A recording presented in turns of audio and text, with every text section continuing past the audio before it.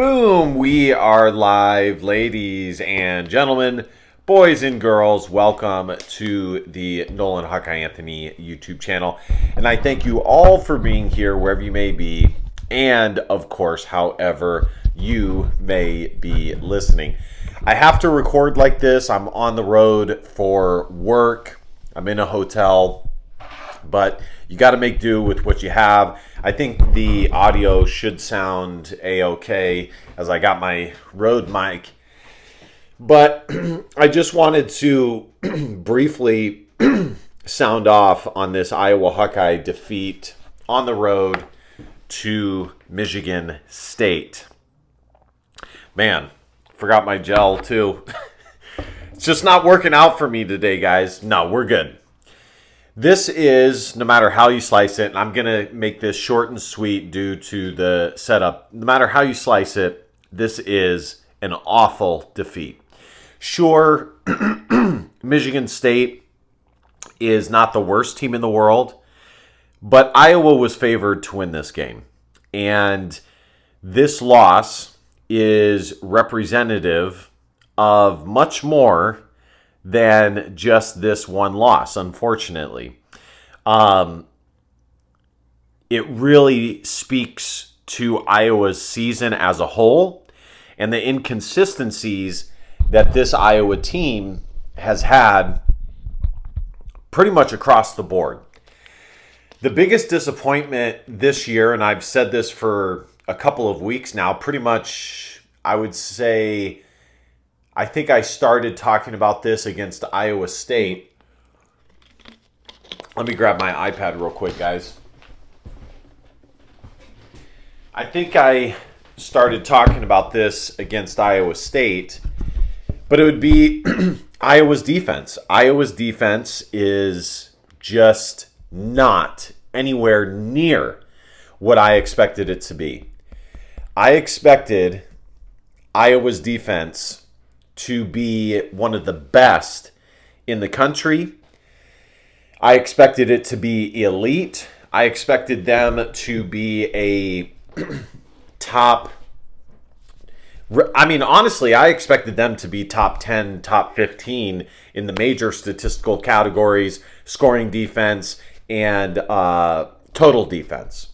In particular, scoring defenses, Iowa has the bend but don't break scheme. And they just have not lived up to expectation. They just have not.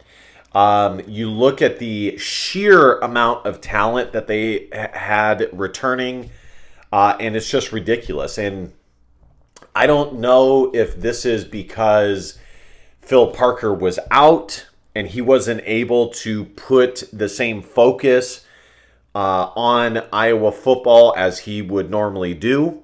I don't know how much he was away from football. From the reports that we've gotten, he was away for a significant period of time, especially if you compare it to previous seasons. Now, of course, it can't really be helped. I mean, it was a freak accident and he broke his leg.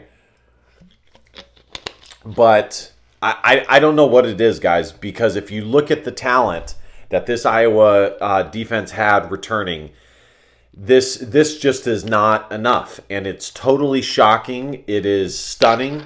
And there's not really much more to say about it. Missed tackles, the passing defense that Iowa, or lack thereof this season, it just hasn't been there. Let me go over the stats really quickly for this game.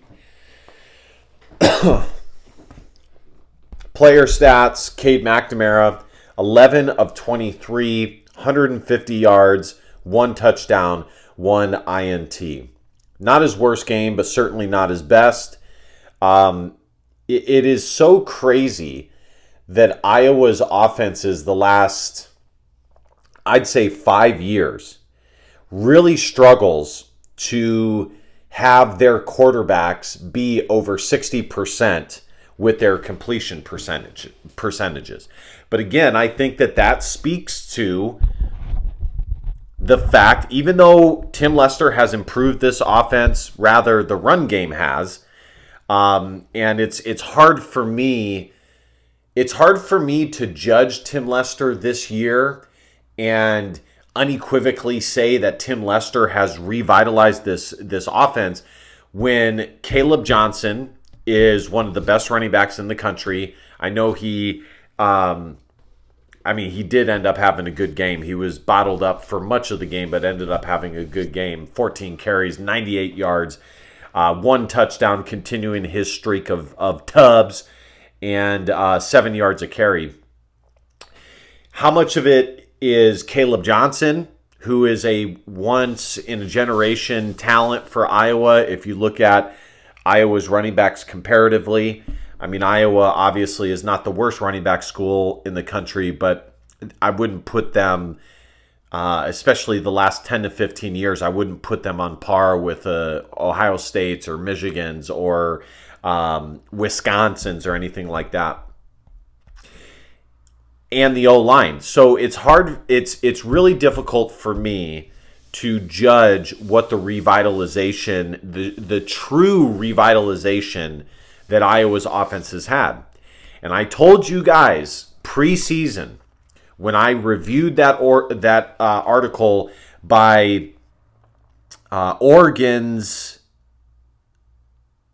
beat writer, it was SB Nation or something like that, that I wanted to review that article because I want to be honest with you guys, and because I was seeing the same things. I really don't see a ton from Tim Lester that is that much different than what we've seen from Brian Ferentz. There are some things, okay, I'm going to be generous here. There are some things such as Brendan Sullivan being inserted in certain packages and being willing to be advantageous with that.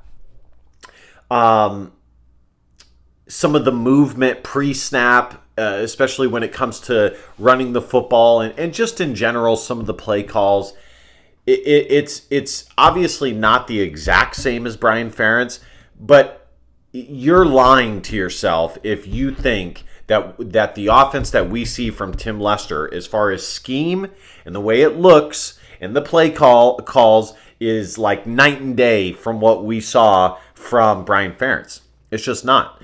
So it's very difficult for me to put a legitimate grade of mass improvement on the shoulders of Tim Lester regarding this offense. It really is.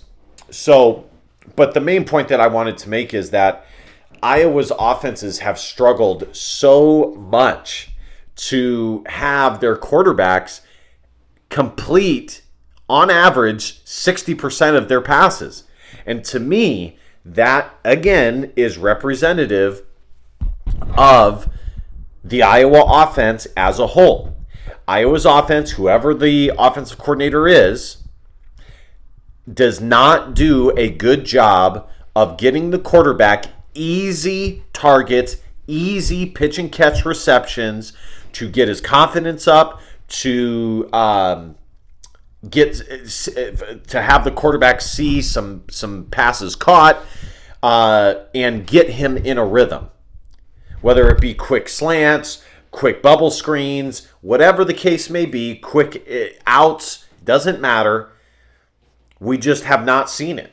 And that is how in this day and age, guys, to not have a quarterback that is at 60% completion percentage, it is just wild. And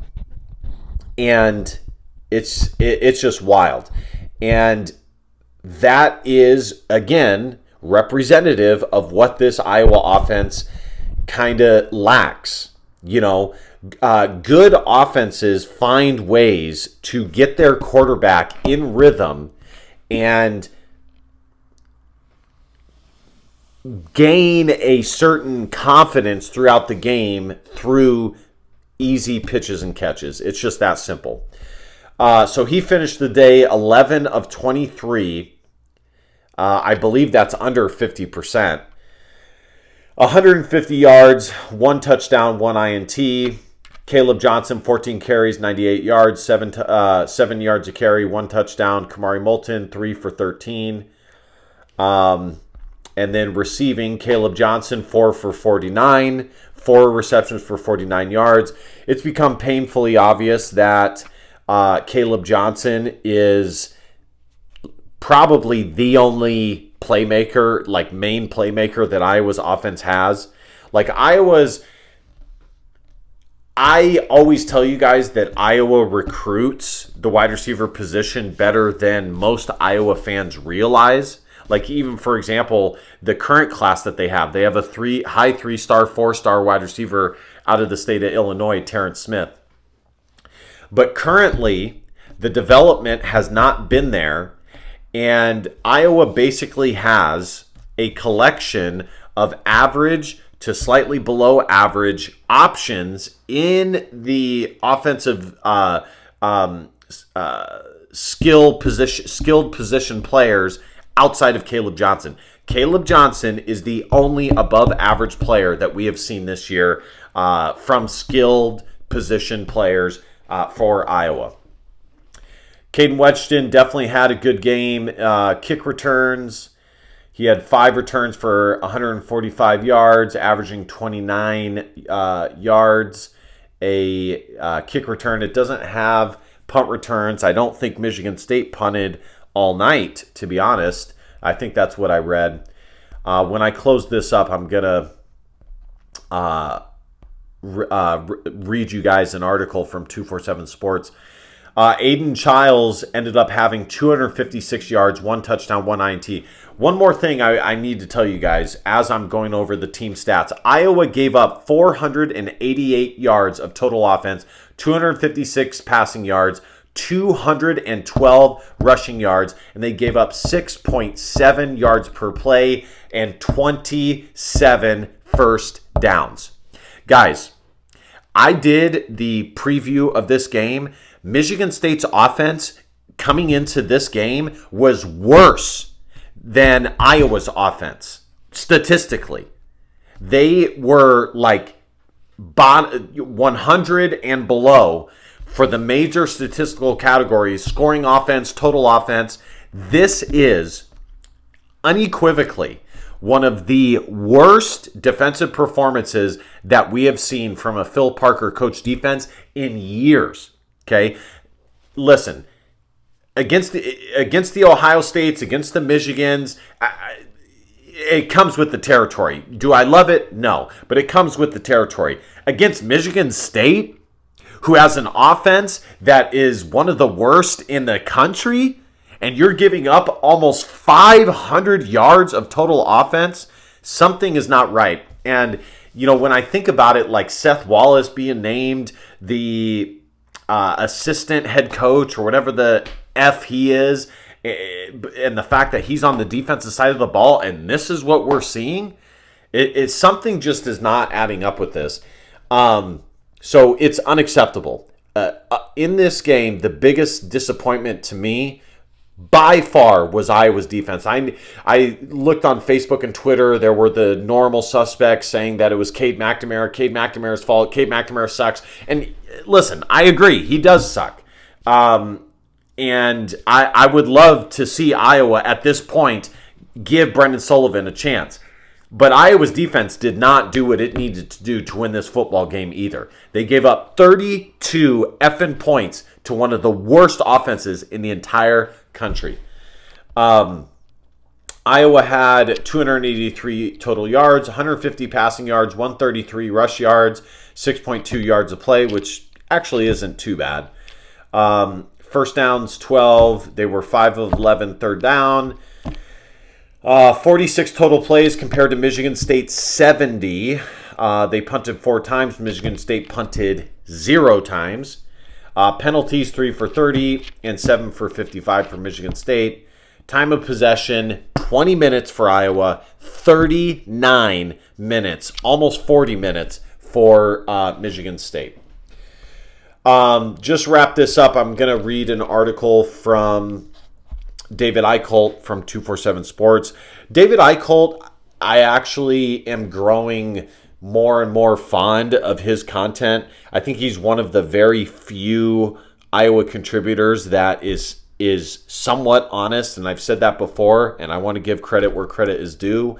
Sean Bach, no, but I think he has me blocked on Twitter. So here we go. Iowa will not be in the first ever 12-team college football playoff. It feels a bit strange typing that sentence out after only 7 games. But alas, here we are.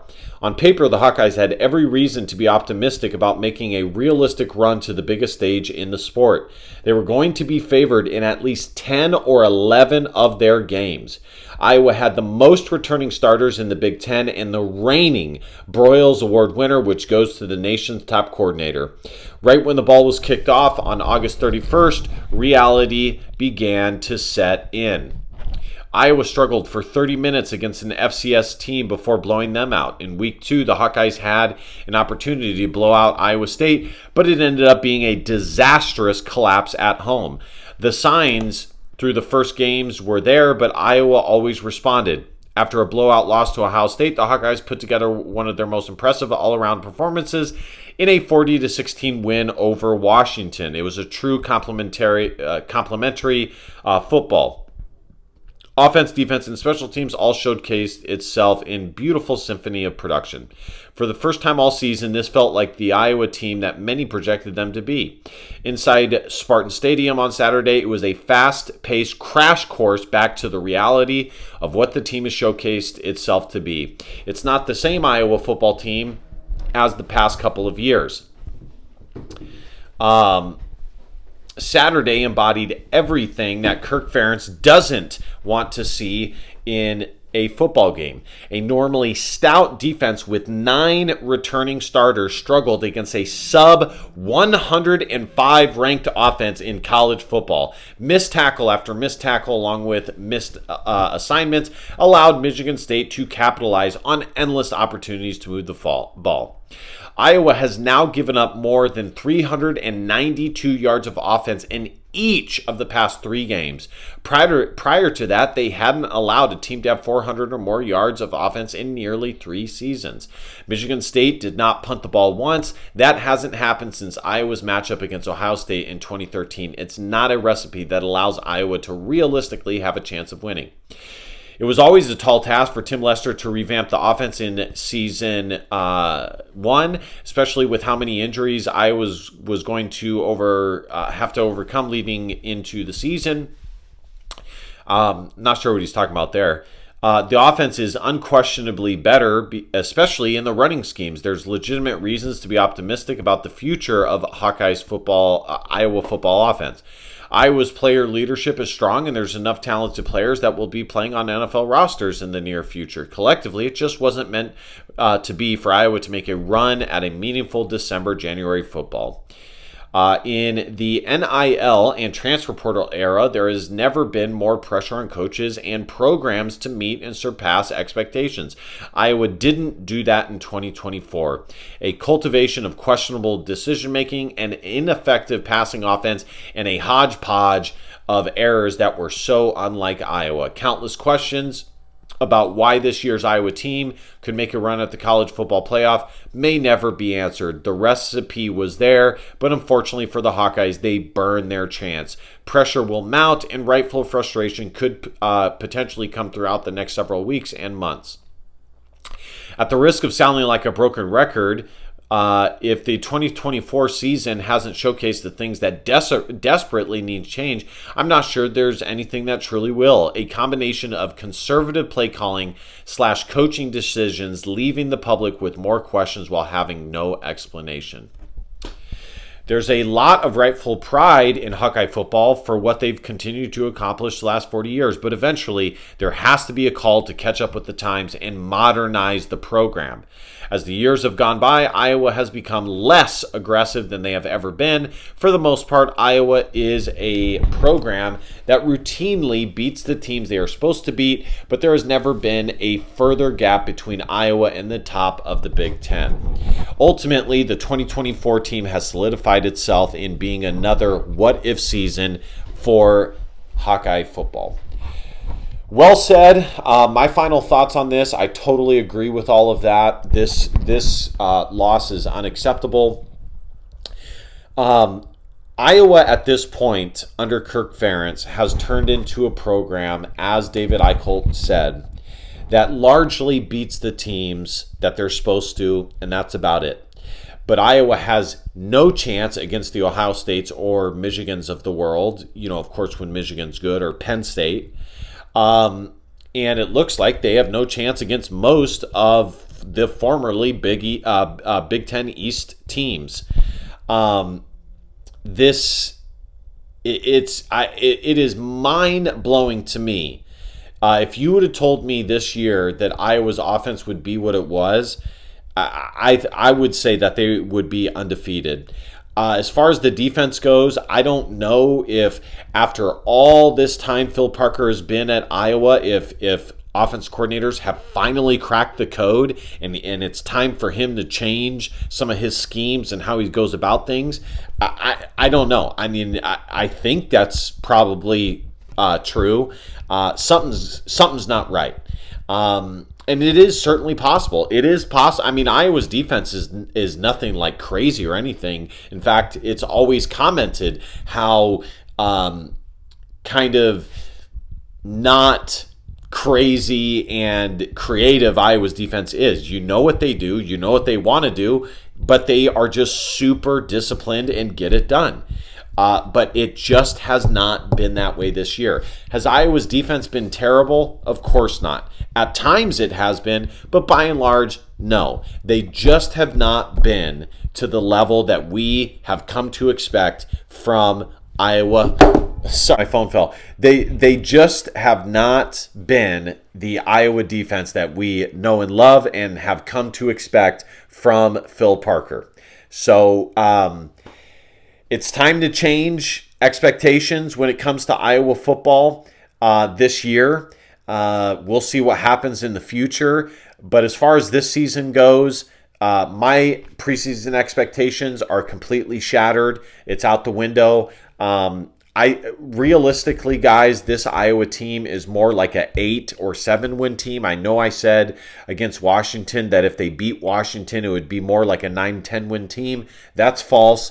This is more like an 8 win team at this point, and I will not change that until I see massive improvement. Iowa has yet again another classic 8-4 team. And that is what Kirk Ferentz will be known for, is an 8-4 football coach with sporadic 10-win seasons here and there. Now, for what it's worth, the last 5 years, Iowa actually has won a lot of football games, is one of the most winningest programs in the country. But if you look at how Iowa wins football games, it's hard to be as prideful and optimistic about it as you should be because of how they win football games. So that's about it, guys. Yeah, this season is looking more like an 8-win team. The last thing I want to say is one thing that Kirk Ferentz has struggled to do throughout his, and there's definitely other things, but one of the main things that Kirk Ferentz has struggled to do in his tenure is take teams of his that has a lot of returning production and high expectations and consistently meet those expectations. In fact, I would say a majority of the time, when there are preseason expectations, high preseason expectations for Iowa, top 25 or higher, a majority of the time, Iowa has failed to live up to those expectations. This is a well-documented thing, and it's just a well-documented thing that Kirk Ferentz, when he has a ton of returning production, the team does not live up to their full potential. Why that is, I don't know, but it definitely is. Now, have there been like 1 or 2 seasons where Iowa was preseason ranked high and they finished ranked high? Yes, but I would say that those are the norm, the exception rather than the norm. All right, guys. Thank you guys so much for watching. Thank you for bearing with the different setup. I hope you guys consider, even though Iowa lost, supporting your boy and this channel and the content that I do for you guys, regardless of what I got going on, work, whatever the case may be. I work hard for you guys. So I hope you guys support the channel by liking, subscribing, and commenting on the video. And last but not least, DBAP, don't be a pussy willow. In fact, our feelings, because your feelings just don't matter. Hang in there, Hawk fans. You know I love you. See you guys next time. Peace.